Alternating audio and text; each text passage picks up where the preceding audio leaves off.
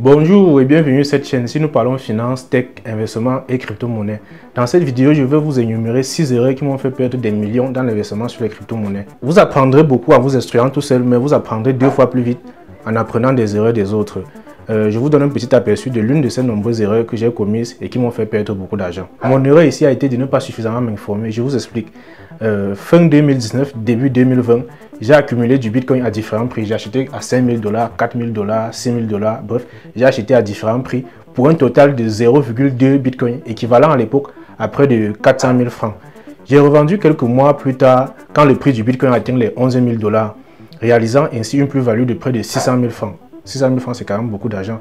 Mais alors, au moment où je vendais, il y avait un événement qui se produisait sur le réseau Bitcoin que j'ignorais totalement. Et que si j'avais eu cette information, ça m'aurait permis de gagner plus de 7 millions de francs puisque je n'aurais pas vendu mes bitcoins. Abonnez-vous si ce n'est pas encore fait et surtout restez jusqu'à la fin de cette vidéo pour connaître cette information qui m'a fait perdre plus de 7 millions de francs afin de ne pas commettre vous aussi la même erreur.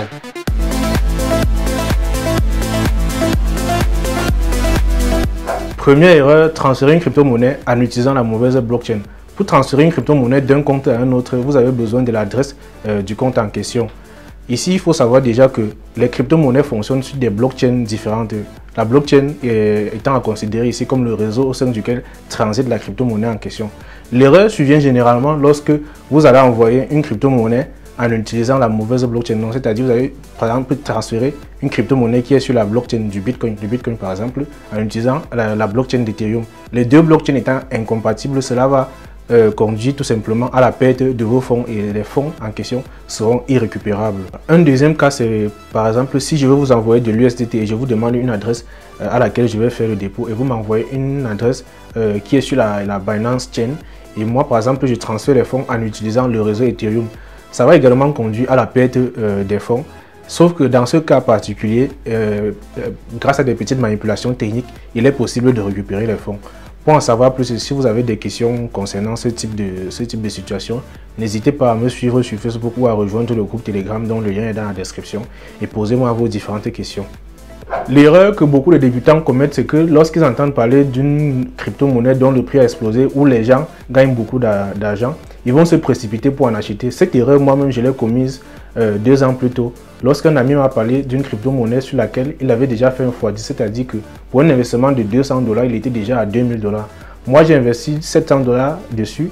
Évidemment, je n'ai pas étudié ni le projet, ni la crypto, pardon, ni le projet derrière avant d'investir dessus. Conséquence, j'ai perdu la totalité du montant investi et aujourd'hui la crypto en question n'est plus listée sur CoinMarketCap. Bref, c'est un scam. La leçon ici, c'est qu'il faut toujours étudier un projet crypto avant d'investir sous peine de perdre vos fonds. Erreur 3, acheter une crypto-monnaie à n'importe quel moment. Acheter une crypto-monnaie ne consiste pas simplement à cliquer sur le bouton Buy sur un exchange. Non, les professionnels avant d'arriver à cette étape-là observent le marché afin d'attendre la bonne opportunité d'achat.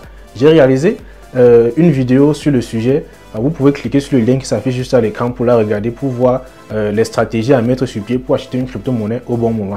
Erreur 4, investir sans stratégie claire. Rien ne prospère dans le désordre et l'anarchie. Et en matière d'investissement, c'est encore plus vrai. Avant d'investir dans les crypto-monnaies, il est primordial d'établir une stratégie claire. Pourquoi faire cela? Vous ne le savez sûrement pas, mais votre principal ennemi en tant qu'investisseur crypto, c'est vous-même, ou devrais-je dire vos émotions. Dans les périodes de forte volatilité sur le marché, vous serez tenté de vendre dans la panique parce que le dernier shitcoin à la mode que vous avez acheté a trop chuté. C'est ce qu'on appelle le FUD ou encore Fear, Uncertainty and Doubt. Son opposé, c'est le FOMO qui signifie Fear of Missing Out, c'est-à-dire la peur de louper le train. C'est exactement la situation de l'erreur 2 lorsqu'un ami m'avait parlé d'une crypto-monnaie sur laquelle il avait gagné beaucoup d'argent. Moi, pas peur de rater cette opportunité d'investissement, j'ai investi beaucoup d'argent dessus sans suivre une démarche logique. La conséquence, vous la connaissez tous, j'ai été sanctionné de plus de 700 $ de perte, soit environ 420 000 francs. Pour plus d'informations, écrivez-moi sur Facebook ou rejoignez le groupe Telegram et posez-moi vos questions si vous avez des difficultés en ce qui concerne l'investissement sur les crypto-monnaies ou si vous avez une quelconque question à éluder. Erreur 5, vendre par manque d'informations. Cette erreur m'a coûté très cher, environ 7 millions de francs de manque à gagner. Mon erreur ici a été de ne pas suffisamment m'informer. Je vous explique. Fin 2019, début 2020, j'ai accumulé du Bitcoin à différents prix. J'ai acheté à 5 000 $, 4 000 $, 6 000 $. Bref, j'ai acheté à différents prix pour un total de 0,2 Bitcoin, équivalent à l'époque à près de 400 000 francs. J'ai revendu quelques mois plus tard quand le prix du Bitcoin atteint les 11 000 $, réalisant ainsi une plus-value de près de 600 000 francs. 600 000 francs, c'est quand même beaucoup d'argent. Mais au moment où je vendais, il y avait un événement qui se produisait sur le réseau Bitcoin que j'ignorais totalement. Et que si j'avais eu cette information, ça m'aurait permis de gagner plus de 7 millions de francs puisque je n'aurais pas vendu mes bitcoins. Je les aurais revendus plus tard quand le bitcoin aura atteint les 69 000 $. Cette information, c'est le halving. C'est un événement qui se produit sur le réseau Bitcoin tous les 4 ans et qui entraîne l'explosion du Bitcoin et de l'ensemble des crypto-monnaies sur le marché. Erreur 6, trader en levier. Le trading en levier consiste simplement à trader en multipliant le capital dont on dispose. Exemple, vous avez 100 $ et vous allez ouvrir une position avec un levier x10. Ça implique simplement que vous allez trader avec 1000 $, donc 100 $ x10. En faisant cela, les gains sont multipliés évidemment x10, mais en cas de perte, vous allez également perdre beaucoup plus vite.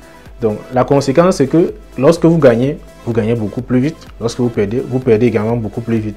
Je vois beaucoup de personnes sur les réseaux sociaux, beaucoup de débutants qui se taguent de faire du trading.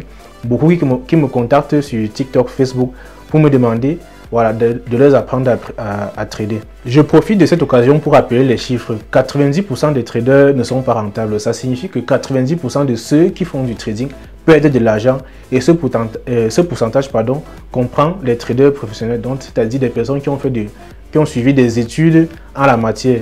Vous comprenez par là qu'être rentable en faisant du trading est très difficile. Les crypto-monnaies sont extrêmement volatiles, donc faire du trading sur les crypto-monnaies, c'est presque suicidaire. Donc, une fois qu'on a compris ces chiffres-là, on comprend que uniquement 10% des personnes qui font du trading arrivent à gagner de l'argent. Donc, en tant que débutant, votre priorité normalement devrait être de vous former et d'apprendre un maximum de choses, pas d'aller faire du trading car c'est beaucoup trop risqué pour vous. Vous l'aurez compris au travers de cette vidéo, il faut s'informer au maximum afin d'éviter de perdre de l'argent, afin d'en apprendre plus sur les crypto-monnaies. Je vous invite à rejoindre mon groupe Telegram dont le lien est dans la description ou à me suivre sur Facebook. Voilà, vous avez la possibilité de me poser vos questions sur Telegram et je me ferai un plaisir de vous répondre. Portez-vous bien et à la prochaine vidéo.